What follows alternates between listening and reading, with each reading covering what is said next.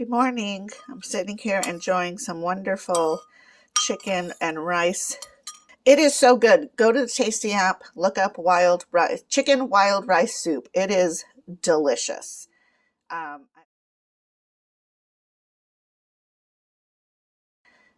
also realized that my little container is pretty empty of all of these guys. So I think I'm going to sit here and refill. Here is the caffeine pills that I do take. And I'm going to add in the potassium. As you can tell, I don't really take a lot of it. But now that I know to grind it down, I think everything will be okay. Got my B12, my vitamin D. Again, this is on Amazon. It's a year's supply. Woohoo! I did get Citrusol. I forgot what that's for, but apparently it's necessary when you're on dialysis. And I think the potassium in that one's the only medical or pharma style that I have. I like to use this and this because I am actively working out. Although it's still a struggle, but that's okay. Every day, one step at a time. So, talk to you soon. Bye-bye. Afternoon. It is a beautiful day in Tucson, and I am in traffic. Good gosh. Everybody's rushing home, I guess. I don't know. Anyways, I just got done with my doctor's appointment. It was really great. My primary doctor's name is Angela, and she is just super awesome. I've seen her just a few times. I want to say maybe 2 or 3 times. And the first time I saw her, I went in with all my paperwork, like all the things that I keep track of, like what's my food, what's my exercise, things like that, my blood pressures, all those kind of things, right? And she was so impressed with that. And we've had really great conversation about like food and nutrition, you know, like how do you heal your body naturally and so forth and so on. And so I haven't seen her in probably a good year and a half. Probably a good year and a half. And so when I saw her today, she's like, I remember you. And I was like, yep. I said, my nephrologist said I needed a primary, so you're the lucky winner. So she's just really great. I really do appreciate her and the way she's able to listen, and you just feel heard. So yeah, I'm going to have quite a few tests being done in the next couple of weeks. Just checkups mostly, like things we're supposed to do anyways, but then there's other things as well. I need to go back and get my coil and aneurysm spot rechecked and looked at because that's a necessity. And I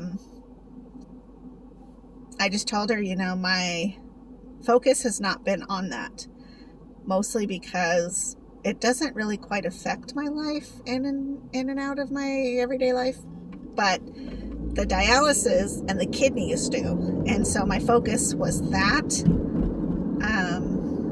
more so than the brain aneurysm, which should be opposite really, because I really need to make sure that the coil is safe and so forth and so on. I did have a brain scan like 6 months ago at least, and they found a bulge that developed near my coil.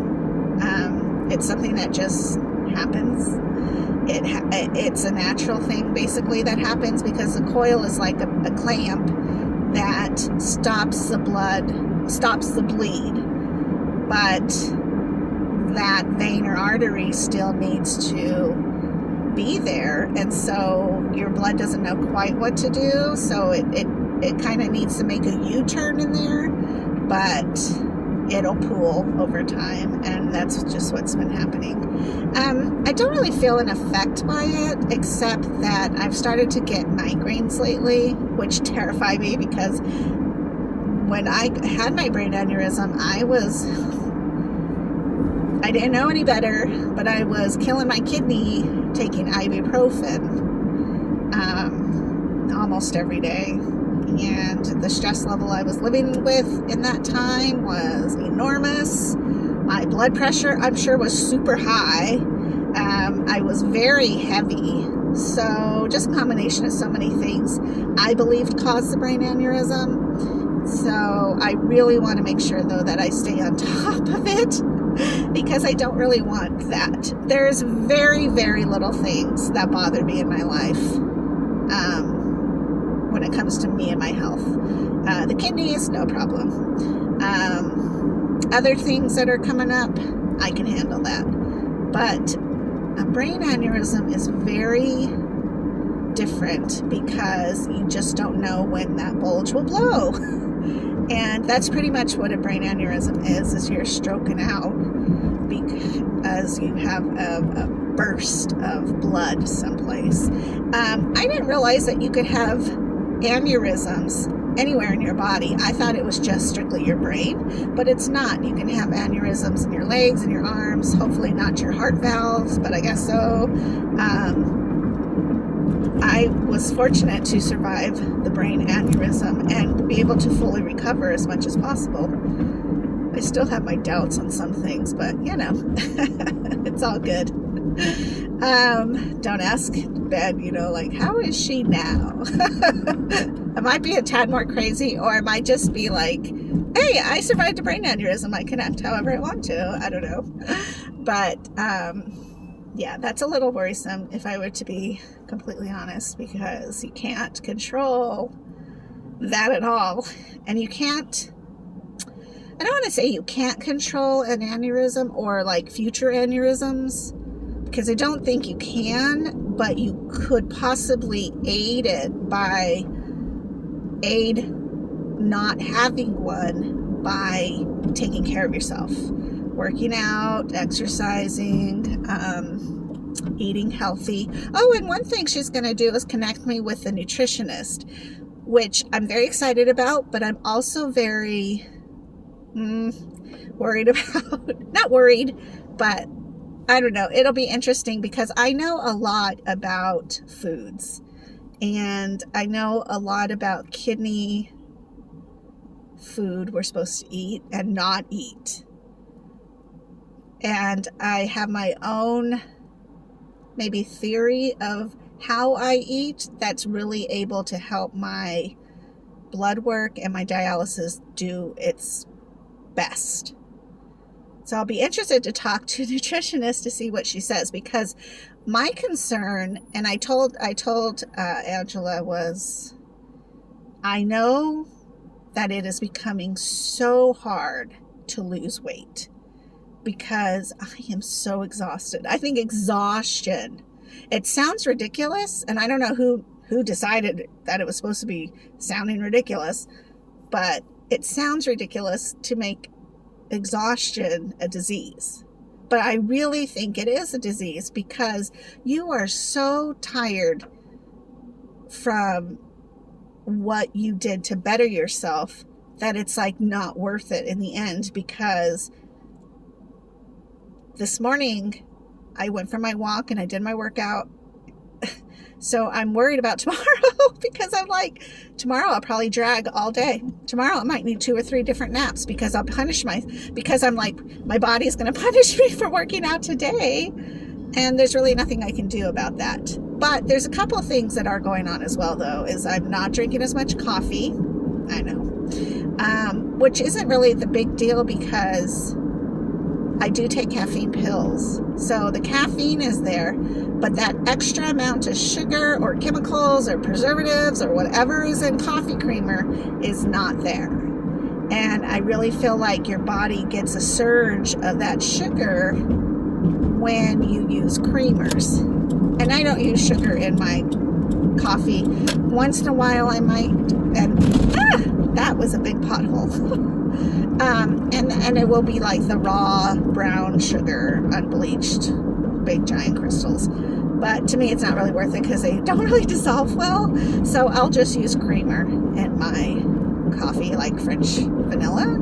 And I've talked to quite a few coffee drinkers who are like, that coffee creamer, like creamer itself is so gross and not healthy for you. And I thought, when I started my kidney life, when I started my dialysis life, I did cut back so much on coffee and rarely did creamer. Except for breakfast with Linda, I would do creamer for that. And so I'm going to go back to that because I don't know if these other health concerns are popping up because of what I might be ingesting. And that may sound crazy because you think, oh, it's just coffee creamer, or it's just ice cream, or it's just fried bread. But seriously, I just missed my turn.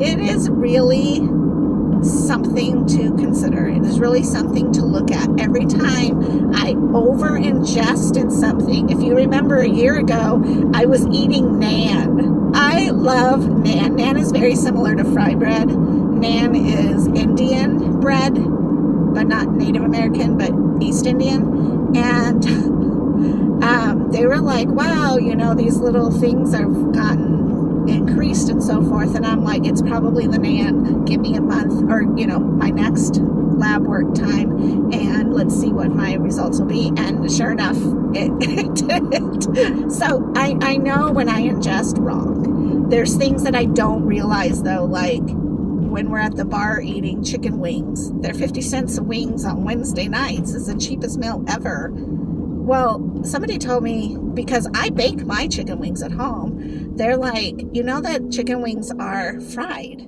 I didn't know that. I don't know where I've been, but I didn't know that. And so I have lessened that intake and French fries from the bar because they're going to definitely be dipped in, the cheapest oil they could produce, and that's going to be vegetable oil, I'm pretty sure. So anyways, I know enough to stay on task to not do that anymore.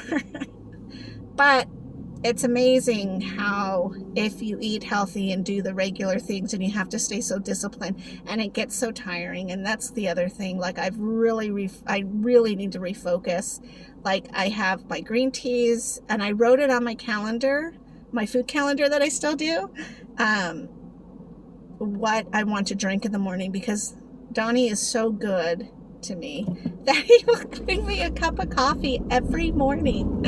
And it's precious, but it's also like, I can't do this anymore. I can't do that. But I can have creamers, and I can have different teas. And that way also I'm able to get my apple cider vinegar, which I still do. And I showed him how to measure out my CQ10 little shot thing. So he's able to still do things for me that are healthier for me than just the regular coffee. Now on the weekends, I'm going to go ahead and do coffee because he's home and that's our thing. But it will be good to kind of lessen that, and then to be able to focus in on what I should be doing. Like I realized I wasn't drinking as much dandelion tea as I probably should be. Again, it's all about discipline, which is just sometimes so hard. And I always hear these stupid things like, oh, if you do it for 7 days or 14 days, it becomes a habit and all this. And it's like, that's not true. It's not realistic. Or maybe that is true, but it's not true for me. It's maybe true for you, but not for me. I need it to be almost a year's worth of habit forming and repetitiveness, and then I'm good to go. But to be honest, it can take quite a bit of repetition. So I don't know. It'll be interesting to see what my neurologist, I think that's it, my neurologist says about my brain, and if there's anything that I need to be concerned with. So yeah, Again, I'm not really worried about it. I am, but I'm not. And just gonna continue to live my life fully with happiness and positive vibe. And eventually everything will smooth itself out. And it'll all be good. It'll all work itself out. But if I come to find out that there's something serious going on, well, that's okay too, because can't live forever, and I've done a lot of good living, so I'm not worried about it. But we'll see, because the adventure continues on. Make sure to drink your water, because I did confess to the fact that maybe my headaches were due to dehydration. It's not hot in Tucson, so I'm not drinking as much, and I need to make sure that I do. So I jumped.